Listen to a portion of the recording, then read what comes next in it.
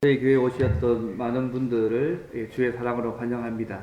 또 이 시간 하나님께서 세상이 줄 수 없는 하나님의 위로와 은혜와 평강으로 또 우리의 마음 가운데 예배 가운데 또 풍성히 넘치게 하시기를 그렇게 바랍니다. 영국의 독설가 중에 한 명 가운데 버나드 쇼라는 사람이 있는데, 이분이 이제 죽을 때가 돼서 자기 묘비명을 어떻게 했냐면 우물쭈물하다가 내 이럴 줄 알았다, 이런 묘비병을 부탁하고 숨을 거뒀습니다. 한국의 기인으로 알려진 소위 중광스님이라고 아마 아실지 모르겠는데, 괜히 왔다 간다고 그에게 유언 남겼다는 얘기를 들었습니다. 정말 우리가 정신을 차리지 않으면 우리 또한 별 수 없는 삶을 살 가능성이 많습니다. 현재 우리의 삶은요, 내가 원튼 원치 않든 죽음과 분리될 수 없습니다. 그런데도 우리는 여전히 우리의 현재의 삶에만 의미를 부여하고 인생을 잘못 알고 살 때가 많습니다. 이 땅이 전부 다다, 이 땅에서만 살면 끝이다, 이렇게 생각하시는 것이죠. 그런데 잘 산 것만큼 잘 죽는 일도 사실은 매우 중요하다는 것을 잊지 않으시면 좋겠습니다. 자신의 죽음을 준비하지 않고 이 땅에서만 이룰 것에만 집중하여 사는 사람은 사실은 어떤 의미에서 어리석은 사람입니다. 저희 오늘 본문의 성경의 말씀은 누가 하나님 앞에서 지혜로운 사람인지를 보여주는 말씀입니다. 성경은 이 땅에는 어떤 지식보다도 가장 중요한 지식이 있는데, 그래서 천국에 들어가는 지식이라고 말합니다. 여러분, 무엇이 가장 이 땅을 살 때 가장 중요한 지식이라고 생각하십니까? 무엇이 가장 중요하다고 생각하십니까? 사실 그것이요, 지금 현재 우리에게 있어서 무엇이 가장 중요한지를 아마 보여주는 우리의 생각일 겁니다. 특별히 오늘 말씀을 통하여서 이 세상에서 우리가 무엇을 가장 중요하게 생각하고 있는지, 또 그 삶이 하나님과의 관계에 있어서도 중요한지를 다시 한번 생각해보고, 정말 하나님 앞에서 지혜롭고 부요한 자로 살기 위해서 우리가 어떻게 살아야 될지를 함께 좀 생각해 보면 좋겠습니다. 여기 계신 분은 아직까지 처음 교회 오신 분도 계실 것이고, 또 이미 믿은 분들도 계실 것이고, 다양한 분들도 계시겠지만, 내가 이 땅에서 무엇을 중요하게 생각하며 살아야 될지를 한번 생각해 보는 시간을 가시면 좋을 것 같습니다. 첫째 생각은 뭐냐면요, 재산을 많이 쌓는 것이 우리의 생명과 행복을 보장해 주지 않는다는 것입니다. 돈을 많이 쌓으면 우리가 생각할 때 우리의 생명도 보장하고 행복도 보장한다고 생각하지만 보장하지 않습니다. 오늘 본문에 보시면 예수님께서 소유하는 일에 관심을 가지고 있고, 그것이 생명과 행복을 준다고 생각하고 그것을 가장 가치 있게 여기는 사람들에게 무엇이 중요한지를 말씀하기 위해서 비유로 말씀하신 내용입니다. 이 비유는 이런 것입니다. 쉽게 말씀드리면 어떤 마을에 어떤 부자가 있었습니다. 근데 그 부자가요, 어느 해 보니까 추수를 많이 해가지고 농사 짓는 사이였으니까요, 소출이 아주 많았습니다. 그러면 이제 생각할 때, 너무 좋다, 이렇게 끝나면 될 것인데, 부자가 생각하기를 더 나아갑니다. 농사가 너무 잘 되니까 곡식을 쌓아둘 곳이 없는 겁니다. 그러면 지금 있는 곡간을 더 헐어가지고 더 크게 지어가지고 내 모든 곡식도 놔두고 물건도 거기에 쌓아두어야 되겠다. 그래서 내가 곡식을 많이 쌓아두고 거기서 내가 평안히 쉬고 먹고 마시고 즐기면서 살아야지, 이렇게 생각한 것입니다. 이런 생각 나쁘지 않지 않습니까? 그죠? 그런데요, 그때 하나님께서 부자를 향해서 이렇게 말씀합니다. 오늘 보면 20절 말씀 보시면 어리석은 자여라고 말씀합니다. 아니, 소출이 많아가지고 곡간 흘러가지고 더 넓게 세우고 먹고 마시고 즐기자 하는데 그게 뭐 나쁘냐고. 그런데 하나님께서 그 부자를 향해서 어리석은 자여라고 말씀하고 있다는 것입니다. 여러분, 이 부자가 하는 일을 잘 보십시오. 어떤 의미에서 지혜로운 행동을 하고 있다고 생각하지 않으십니까? 내 재산을 오늘날로 얘기하면 소위 재테크하고 있는 거잖아요. 재산을 잘 보관하고 더 잘 누리는 방법들을 잘 알고 있는 사람이지 않습니까? 근데 오늘 본문에 비유에 나온 사람은요, 이 부자는 소유를 내가 가진 것에 만족하지 않고 더 많이 얻으려고 해서는 욕망을 가진 사람입니다. 이미 충분하게 가지고 있지만 남아도는 그 물건을 더 축적하고 모으는데 자신의 관심이 있습니다. 아니 이 부자가요 나쁘지 하지 않았습니다. 뭐 부정축제하지는 않았습니다. 하지만 그가 생각하기에 자기 자신을 위해서만 재산을 쌓아두고 있습니다. 그리고 더 생각이 뭐냐면 재산을 많이 쌓아두면 내 생명이 보장되는 것으로 생각하고 있습니다. 내 생명도 보장되고 나도 안전할 거야. 쉽게 말씀드리면 재산을 많이 모으면 내 생명도 안전할 것이고 나도 안전하게 될 거라고 생각하고 있습니다. 그래서 그는 하나님에 대해서도 이웃에 대해서도 관심도 없습니다. 오직 나 자신의 삶의 즐거움만을 누리려고 하고 있습니다. 여러분 어떻게 생각하십니까? 오늘 보면 17절부터 19절까지 보시면 우리 한글에는 나라는 말이 한 6번밖에 안 나오지만 원래 원문에는요 12번 이상이 나옵니다. 자기 자신을 위해서 돈을 벌고 쌓고 모으고 내가 즐기기 위해서 모든 데 집중해 있는 사람입니다. 철저히 자기 자신을 위해서 살고 있는 것이죠. 쌓고 먹고 즐기고 그것만이 나의 생명과 행복을 보장한다고 생각하고 있습니다. 제가 돈을 많이 모은 것 자체가 나쁘다고 말씀하고 있는 게 아닙니다, 여러분. 재물은 하나님이 주신 선물입니다. 근데 오늘 본문의 부자는요, 이 재물을 돈을 많이 모으는 것의 소유주가 나라는 것이죠. 내 자신이고, 재물을 사용하는 주인도 나이고, 나 자신만을 위해서 재물을 쌓아두고, 이웃을 위하여서는, 하나님을 위하여서는 전혀 사용하지 않는 삶을 살고 있다는 것입니다. 자신에게는 부유한 자일 수 있지만, 하나님께 대해서는 부유하지 못한 자의 삶을 살고 있습니다. 혹시 여러분 가운데 내가 돈을 많이 모으면 내 행복이 보장된다고 생각하는 분이 계십니까? 내가 돈을 많이 쌓아두면 내 안전이 보장된다고 생각하는 분이 계십니까? 오늘 부자는 그렇게 생각하고 있습니다. 재산을 많이 쌓으면 내 생명의 안전도 행복도 보장된다고 생각하기 때문에 재산을 계속 모으고 있는 것입니다. 예전에요, 영국의 어떤 한 대학팀에서 10년간 연구해서 발표한 자료를 들은 적이 있습니다. 사람이 재산을 쌓을 때에 어느 정도 쌓아야지만 가장 행복을 느낄까? 그걸 조사한 적이 있습니다. 여러분, 사람이 돈을 어느 정도 가지면 행복을 느낄까요? 여러분 생각해 보신 적 있습니까? 이건 영국 사람 조사긴 한데 돈을 어느 정도 가지고 있으면 행복을 느낄까요? 10년간 연구해서 발표한 결과가 뭐냐면 우리나라도 한 18억 정도 가지고 있으면 행복을 느낀답니다. 누구 이러면 평생 만져보지 못할 돈인데 생각하지 모르겠습니다. 한 18억 정도 가지고 있으면 행복을 느낀다는 거죠. 근데요, 더 중요한 한 가지 사실이 더 있었습니다. 이게 뭐냐면 행복이 돈을 많이 쌓으면 쌓을수록 비례하지 않는다는 것입니다. 18억까지가 행복이고요. 18억을 넘어가면 그때부터 행복이 더 커야 되는데 더 크지 않다는 것입니다. 18억이 소위 마지노선이었다는 얘기죠. 돈이 많을수록 더 행복해지지 않다는 얘기입니다. 여러분 그 복권에 당첨된 사람들의 뒷얘기 여러분 아십니까? 95%가 폐가망신했습니다. 가족이 깨지고 가정이 붕괴되고 한 5% 미만만이 그나마 잘 살고요. 나머지다가 일확천금이 들어왔을 때에 가정이 깨어지고 그 사람의 삶이 망해지는 것이 전 세계적 통계입니다. 어쨌든 한 18 정도가 쌓으면요. 그 다음은 아무리 재산이 불어나도 행복과는 관계가 없다는 것입니다. 이걸 전문 용어로요. 쾌락 적응이라는 말을 씁니다.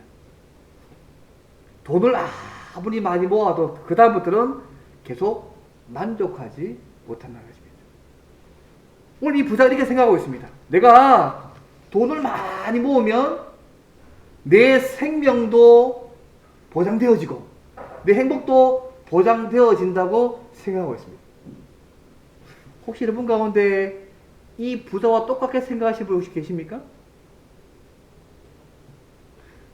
사랑하는 성도 여러분, 다른 사람에는 관심이 없고 오직 우리 자신만을 위해서, 나 자신만을 위해서 재산을 쌓고 즐기는, 오늘 보면은 어리석은 부자의 삶을 살지 않기를 바랍니다. 재산을 많이 쌓아주면, 돈을 많이 벌면 우리의 생명과 안전이 보장된다고 생각하지 않기를 바랍니다. 우리의 생명과 안전의 보장은요, 돈에 있지 않습니다. 하나님께 있음을 여러분 기억하셔야 됩니다. 그러면 두 번째 생활 문제가 이잖아요. 그러면 내 재산을 많이 쌓아두면 생명과 안전이 보장된다고 생각하는 사람이 꼭 알아야 될 일이 뭐냐? 부자가 놓치고 있는 것이 두 번째입니다. 근데 부자가 돈을 많이 벌면 내가 생명도 보장되고 행복도 보장된다고 생각했는데 이 부자가 놓치고 있는 것이 두 번째 모습입니다. 이게 뭐냐면 하나님께서 언제든지 우리의 생명을 불러갈 수 있음을 알아야 한다는 것입니다. 부자는 이거 몰랐습니다. 재산의 많음이 자기의 생명도 자기의 행복도 보장된다고 생각했는데 하나님께서 이를 어리석은 자라고 말했던 이유가 뭐냐면 너 그거 모르고 있지. 내가 부르면 언제든지 너의 생명을 불러갈 수 있다는 것을 기억해야 되는데 이 부자는 몰랐습니다. 그래서 우리가 두 번째 생각이 이것입니다. 하나님께서 살아계심을 믿을 수도 안 믿을 수 있는데 하나님은 살아계십니다. 근데 하나님께서 언제든지 우리의 생명을 불러갈 수 있음을 알아야 합니다. 이것을 알지 못하면 우리는요 어리석은 자입니다. 왜 하나님께서 이 부자에게 부자가 생각하는 일을 어리석은 짓이라고 했을까요? 20절 말씀 보시면 이렇게 나와 있습니다. 하나님이 이르시되 어리석은 자여 오늘 밤에 내 영혼을 도로 찾으리니 그러면 내 준비한 것이 누구의 것이 되겠느냐. 자, 또 돈 모아서 준비해놨는데 오늘 밤에 하나님이 나의 성전의 생명을 데려가 버리면 그 준비한 거 다 소용없는 일이 될 것이고 너와는 관계없는 일이 아니냐고 지금 이야기하고 있는 것입니다. 사람이 세상에서 먹고 편안히 살고 즐길 수 있는 재산을 준비했다고 해도 오늘 밤에라도 하나님이 그 생명을 데려가신다면 그 모아뒀던 모든 재산은 아무런 의미가 없습니다. 이번 세상에서 가장 중요한 지식은요, 언제라도 우리의 생명을 찾으실 수 있는, 데려갈 수 있는 하나님이 계시다는 것을 잊지 마셔야 됩니다. 이게 중요합니다. 그래서 성경은요, 이런 하나님에 대한 생각이 없는 사람을 어리석은 자라고 얘기합니다. 오늘 본문의 부자는 돈을 모을 줄은 알았지. 그것이 행복을 보장하고 자기의 생명을 보장할 줄을 알았지, 하나님이 자기 생명을 데려갈 수 있는 분야가 되는 생각들은 가지고 있지 못했습니다. 그래서 하나님 그에게 어리석은 자라고 말씀하고 있습니다. 혹시 여러분 가운데 하나님이 나의 생명을 언제든지 데려갈 수 있음을 혹시 모르는 분이 계시면 위험하십니다. 오늘 밤에라도 아니면 5년 되가 10년이 됐던 하나님이 언제라도 원하시면 내 생명을 데려갈 수 있는 분야의 사실을 이분 마음속에 두셔야 됩니다. 그러면요, 그 다음부터는 우리의 모습이 좀 달라집니다.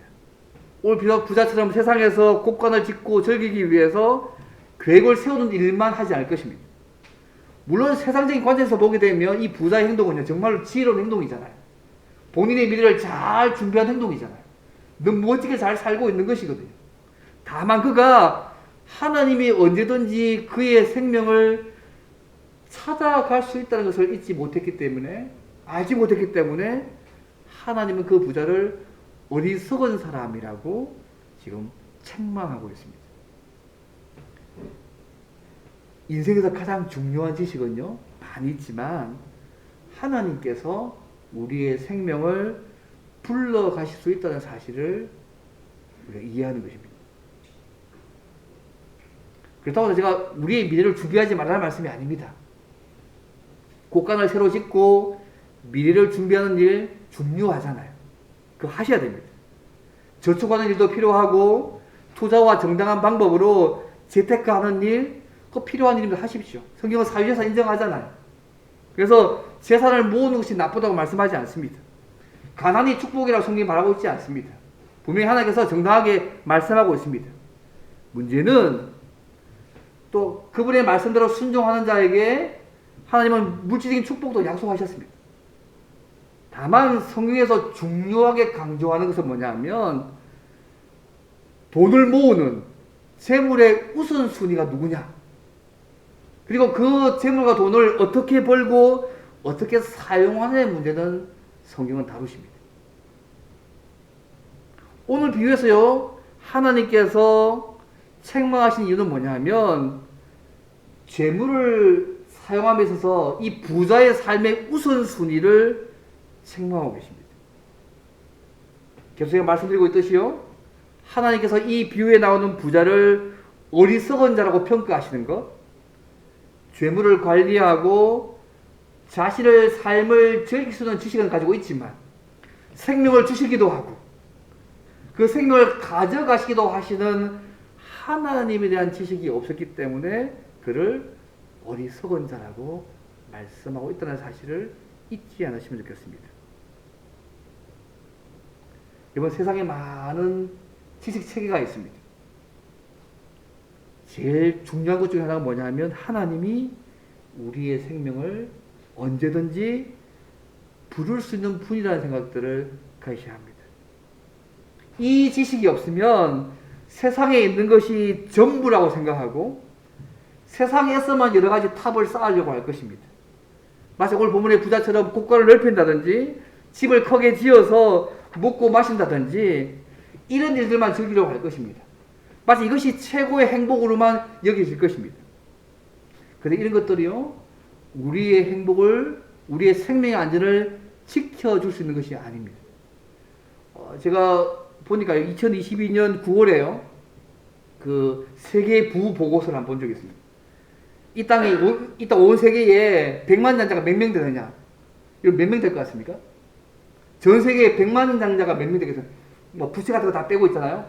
세계에서 보고한 보고서가 2022년 9월에 보고서에 하면 이 온 세상에 100만 장자가 몇 명이냐면요, 6,248만 3천 명입니다. 올해 9월달 통계입니다. 전 세계 100만 장자 수가 6,248만 3천 명이에요. 많죠? 그래서 중요한 것은 그들 중에 누가 죽더라도 자신이 가지고 있는 것 모두를 남겨두고 갈 수밖에 없다는 것입니다. 그것이 하나님이 알려주신 중요한 부분입니다. 이게 여러분 남의 이야기가 아니고요, 우리 모두에게 적용되는 이야기입니다, 여러분. 그래서 우리가 인생의 의미를요, 돈을 많이 모으는 데 찾아서는 안 됩니다, 여러분. 또 찾을 수도 없습니다, 여러분. 왜냐하면 죽으면 다 사라지는 거잖아요. 우리도 언젠가 하나님이 부르시면 내가 가지고 있는 모든 것을 다 남겨두고 떠나야 할 때가 있다는 사실을 여러분 아셔야 됩니다. 저도 이제 나이가 좀 들어가기 시작하니까요, 아마 살 날보다 죽을 날이 가까워오고 있는 것 같습니다. 뭐 세상에 나올 때는 수수가 있었지만 떠날 때는 수수가 없는 거 아닙니까? 알 수 없습니다. 저희 동기만 해도 벌써 10명에서 죽었습니다. 그죠?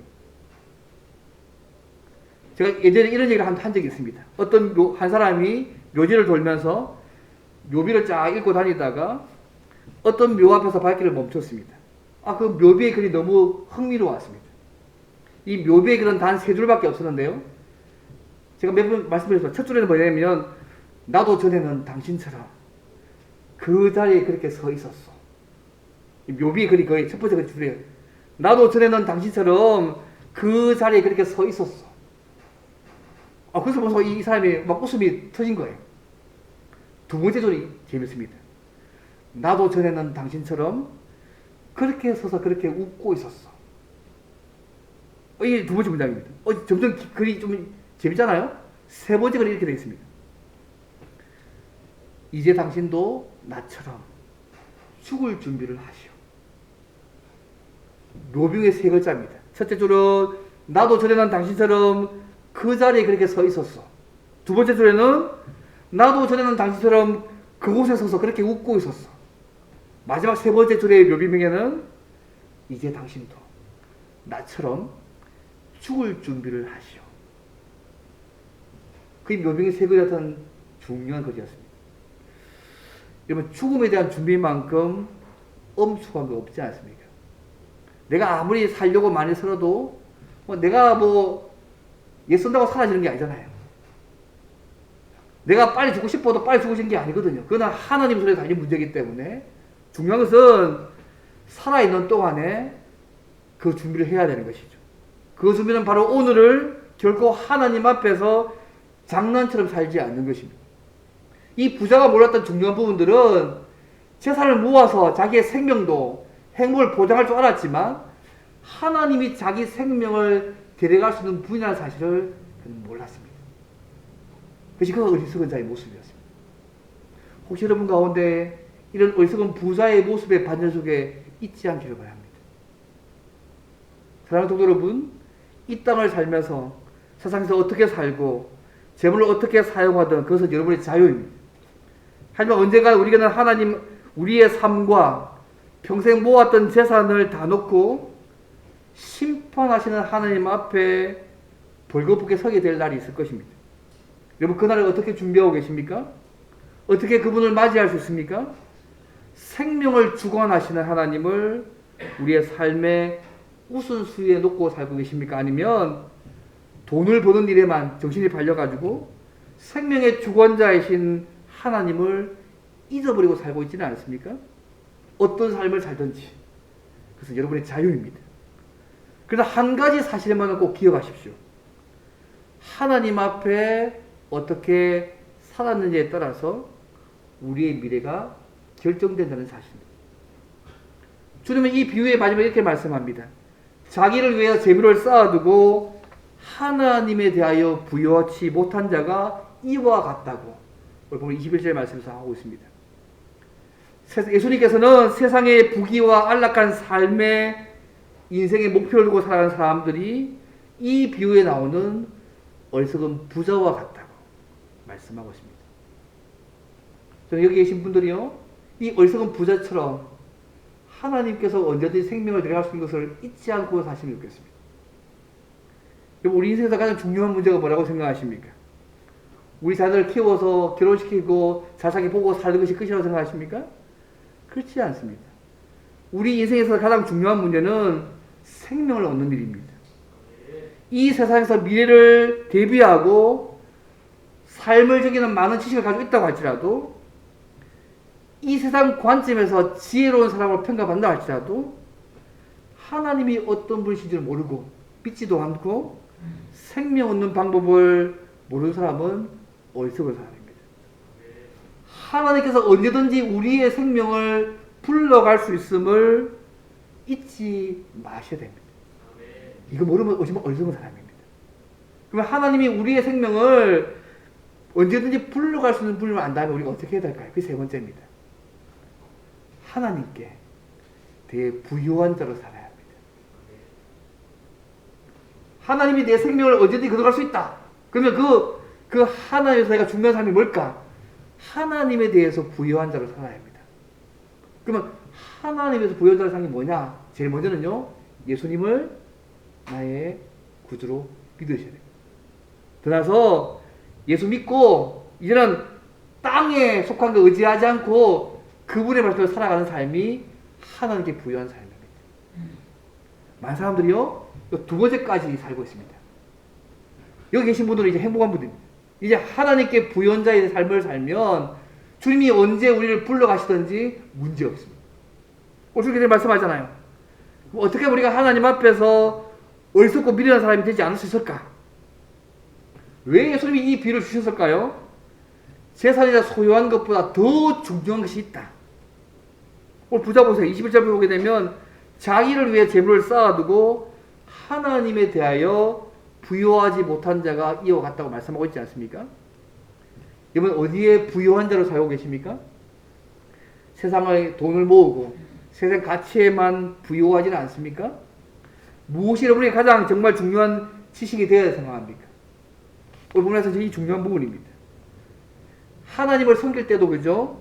우리 문제를 해결해 주기를 바라지 않습니까? 물론 하나님께서 우리 문제를 해결해 주시는 분이십니다. 그러나 중요한 것은요, 우리를 부자로 성공한 사람으로 더 안락하고 편안한 사람들을 살 수 있도록 만들어 주시려 하나님께 기도하지만, 물론 하나님께서 우리가 예수 믿을 때 이런 것을 허락해 주십니다. 그러나 중요한 것은요, 이것이 우리 신앙생활의 목표가 아니라는 얘기입니다. 주님이 이 땅에 오신 이유가 뭘까요, 여러분?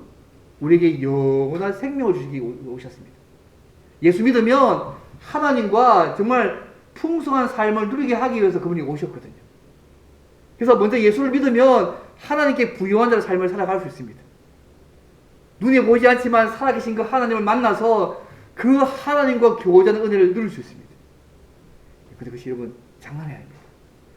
얼마나 큰지 모릅니다. 여러분 우리의 생명은요, 우리의 소유의 넉넉함에 달려있지 않습니다. 여러분. 하나님과 어떤 관계에 놓여 있느냐에 달려있습니다. 예수 믿어서 하나님을 우리의 아버지를 모시면요, 그것이 하나님께 부유한 자의 삶의 은혜를 우리의 삶 가운데 누릴 수 있습니다. 그렇게 살아가는 사람은 그 다음부터 어떻게 되냐면 이 땅에서요, 이 재물을 가지고서 하나님의 뜻에 따라서 그분의 말씀대로 믿음으로 살게 되어 있습니다. 그것이 하나님께 부유한 자의 삶의 모습입니다. 그래서 하나님께 부유하다는 말은 먼저 예수님 믿어서 하나님과 풍성히 교제하는 삶을 사는 것이고요. 더 나아가서 땅의 속한 것을 의지하지 않고 하나님의 뜻에 따라서 말씀 따라 살아가는 삶이 하나님께 부유한 삶을 사는 자입니다.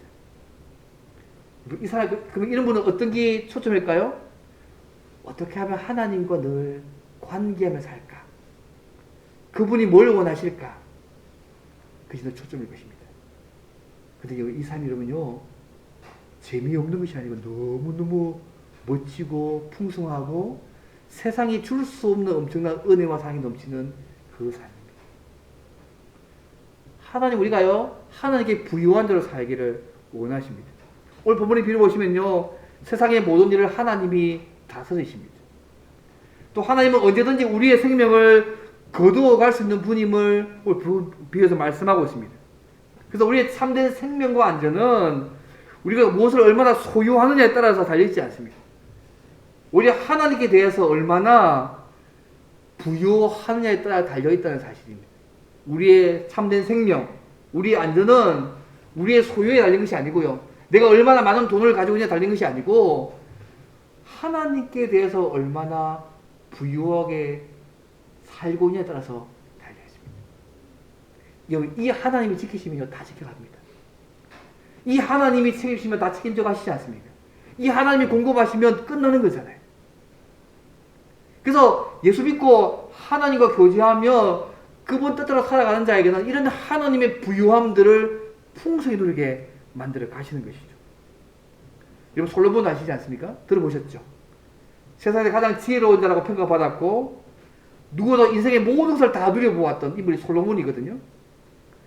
그때 솔로몬이 뭐라고 했냐면 이 세상에 존재하는 지식 가운데 가장 중요한 지식은 하나님을 경외하는 것이다.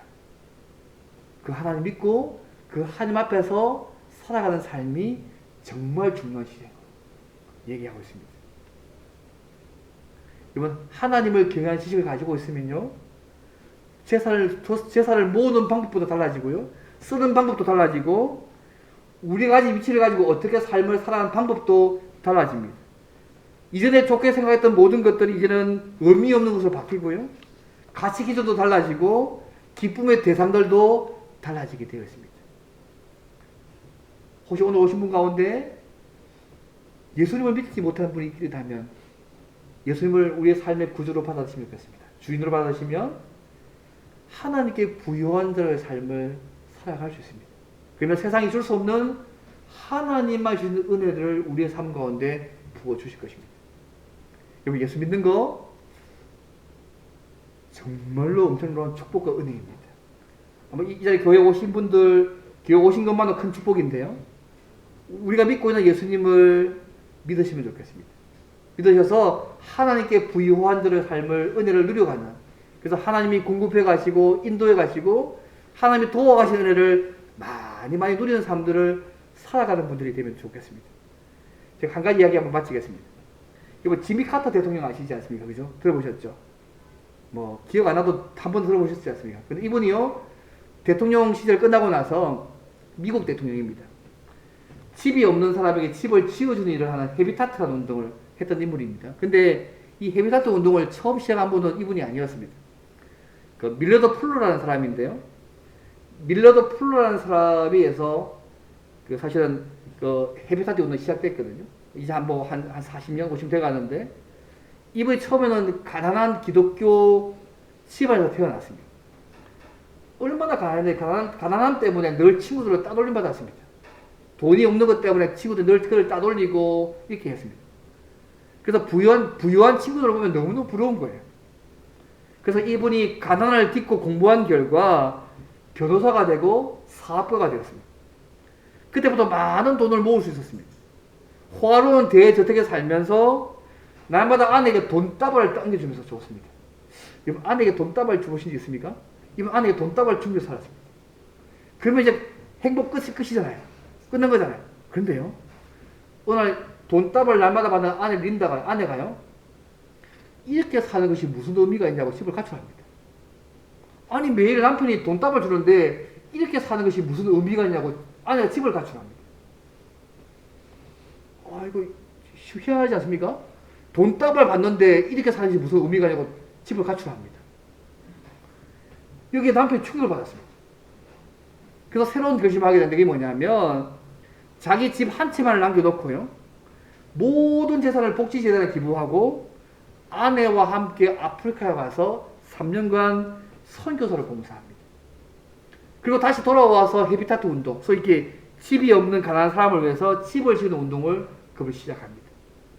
한 30년 동안 쭉 했는데요, 집이 없는 사람을 위해서 한 10만 채의 집을 지었습니다.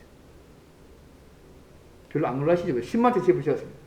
이분이 죽고 난 이후에도요, 집이 계속 지어져서 이 헤비타트 운동을 통해서 500만 명 이상이 집을 가지게 되었습니다. 왜 이분이 이런 일을 했을까요? 돈을 많이 모으는 것이 자신의 생명과 안정과 행복을 보장하는 것이 아니고, 언제든지 내 생명을 대할 수 있는 그 하나님에게 부유한 자가 되는 것이 정말 중요한 삶을 알기 때문에 예수 믿고 하나님께서 원하시는 삶을 살았기 때문에 이 삶을 사는 거 아니겠습니까?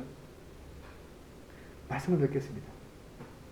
사랑하는 성도 여러분, 또 여기서 오신 여러분들, 여러분에게 가장 소중한 지식이 무엇입니까? 이 땅에서 돈을 많이 벌어서 쌓아두는 것이 이 땅에서 우리의 생명을 지키고 가장 안전하게 행복하게 살 수 있는 방법이라고 생각하지 않기를 바랍니다. 하나님을 아는 지식이 세상에서 가장 중요한 지식입니다. 세상의 모든 일을 하나님이 다스리십니다. 하나님이 언제든지 우리의 생명을 거두어 갈 수 있는 분이라는 사실을 잊지 않으시면 좋겠습니다. 그래서요, 이 하나님 앞에 서기 위해서 하나님 앞에 부유한 대로 서시면 좋겠습니다. 그러면 하나님이 언제 나의 생명을 불러가도 괜찮습니다. 하나님 앞에 부유한 자로 서기 위해서 제일 첫 번째가 뭐냐면, 예수님께서 나의 죄를 위해서 십자가에 죽으셨음을 믿는 것입니다. 그분이 나의 삶의 구주로, 주인으로 받아주시면 이제 하나님의 자녀로서 하나님과 부유한 관계를 누리며 삶을 살아갈 수 있습니다. 그 출발점에 서시면 좋겠습니다. 혹시 이 시간 예수님을 내 삶의 구주로 믿지 않는 분이 혹시 계신다면, 먼저 예수님을 내 삶의 구주와 주인으로 믿으시면 좋겠습니다.